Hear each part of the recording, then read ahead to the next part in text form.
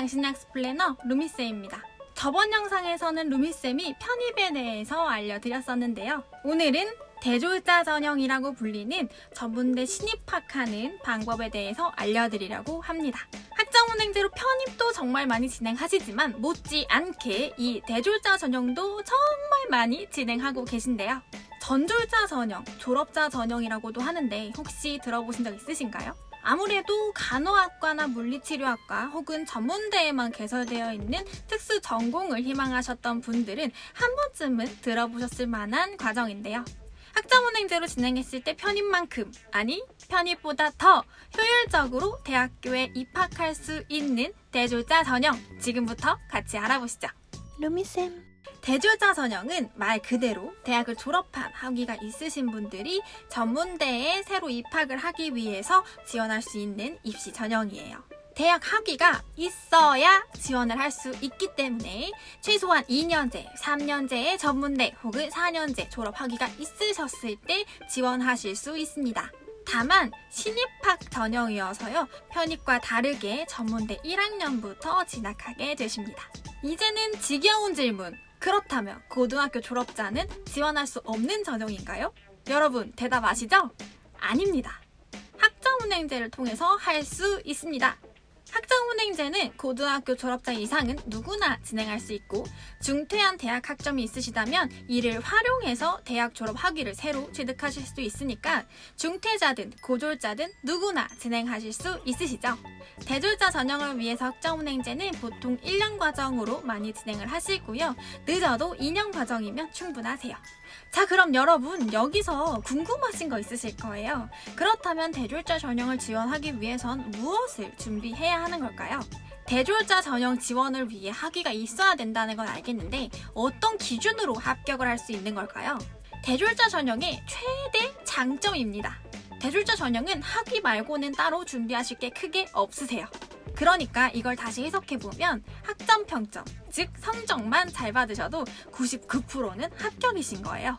이 성적 외로 면접을 보는 학교들도 있는데 아무래도 성적을 좀 잘 받으셨던 분들이 면접도 좀 잘 보시더라고요. 이 성적으로 합격이냐 불합격이냐가 판가름이 나기 때문에 내가 학위가 있어도 성적이 좋지 않다면 사실 지원하시는데 큰 의미가 없으실 거예요. 지원이야 되겠지만 불합격하시겠죠? 그래서 루미쌤은 보유한 학점이 있다고 하더라도 대졸자 전형 지원을 원하신다면 무조건 합산하지는 않습니다. 또한 전문대나 4년제 졸업을 이미 해서 학위가 있으시더라도 성적이 조금 아쉬우시다면 학위 취득을 새롭게 하시는 걸 권장드리고, 이때 학점은행제가 가장 유리하다고 설명드리고 있습니다. 단기간 고성적이라는 이 두 조건을 현존하는 그 어떤 제도보다 가장 효율적으로 충족시킬 수 있기 때문이죠. 그렇다면 이 성적은 어떻게 산출하느냐? 성적은 일반 대학교처럼 출석, 레포트, 중간고사, 기말고사, 학사 일정들의 배점을 매겨서 총 성적을 합산한 뒤 상대평가로 점수를 산출하고요.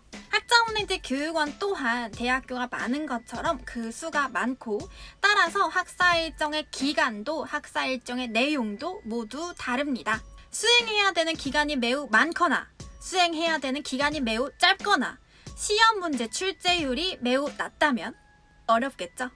따라서 과목 이수가 아닌 이 과목 이수를 넘어선 점수를 잘 받을 수 있는 컨설팅이 매우 중요합니다. 그러나 많은 학생의 유입을 원하는 저가 교육원의 경우 과목 이수하는 난이도는 조금 낮을 수 있겠으나 성적을 높게 받기에는 오히려 불리한데요. 그러니까 교육원이 어느 정도 과목 이수를 보장하더라도 성적이 좋지 않다면 우리한테는 의미가 없는 것이니 과목 수강료를 최우선적으로 고려하여 교육원을 선정하면 안 되고, 교육원의 난이도를 판단하고 교육원을 선정하셔야 합니다. 다시 한번 말씀드리지만 저희 플래너들은 전문가입니다. 저번 편입 영상에서도 말씀을 드렸는데요. 학우님들께서는 편입이나 대졸자 전형을 처음 알아보고 진행하시는 거잖아요. 그런데 저희는 매달 매일매일 이 편입과 대졸자 전형, 입시에 대한 문의를 받습니다. 학우님들마다 원하는 전공, 원하는 학교, 원하는 지원 시기 모두 내용이 다르기 때문에 데이터가 많을 수밖에 없어요.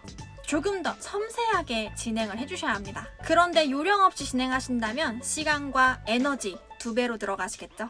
그래서 루미쌤은 루미쌤 학생분들에게 이 중에서도 배점이 높은 편인 레포트, 중간고사, 기말고사 어떻게 수행하시면 되는지 구체적인 도움 드리고 있고요.